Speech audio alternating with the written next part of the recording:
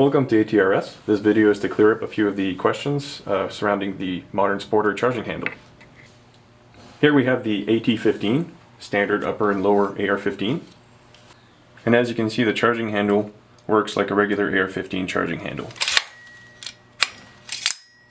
Or you can pull on the charging handle, lock the bolt, and push the handle forward. Here we have the Modern Sporter lower and upper.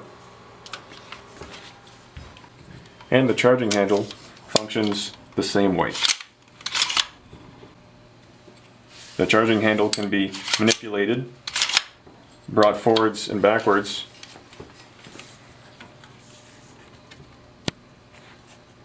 The bolt hold open can be depressed to lock open the bolt, and the charging handle can be moved forward like this. Now there was a question brought up about the clicking of the charging handle here.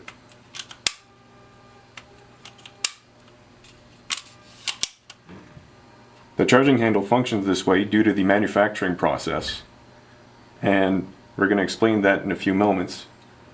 But as you can see, the force required to move the charging handle is very small.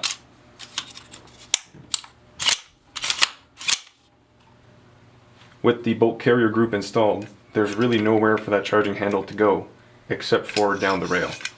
The slight clicking is basically all that. It's just a little bit of clicking as the charging handle bridges the gap.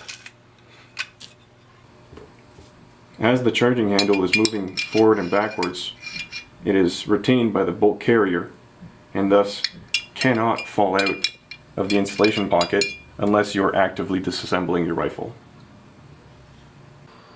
We have to machine the charging handle installation pocket at this position because of the rear takedown lug.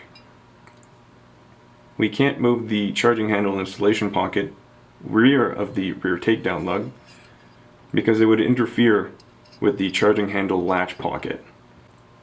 The depth of this pocket compared to the thickness of the receiver at this location means that the charging handle installation pocket would cut through this thin material and you would end up with a hole in your receiver.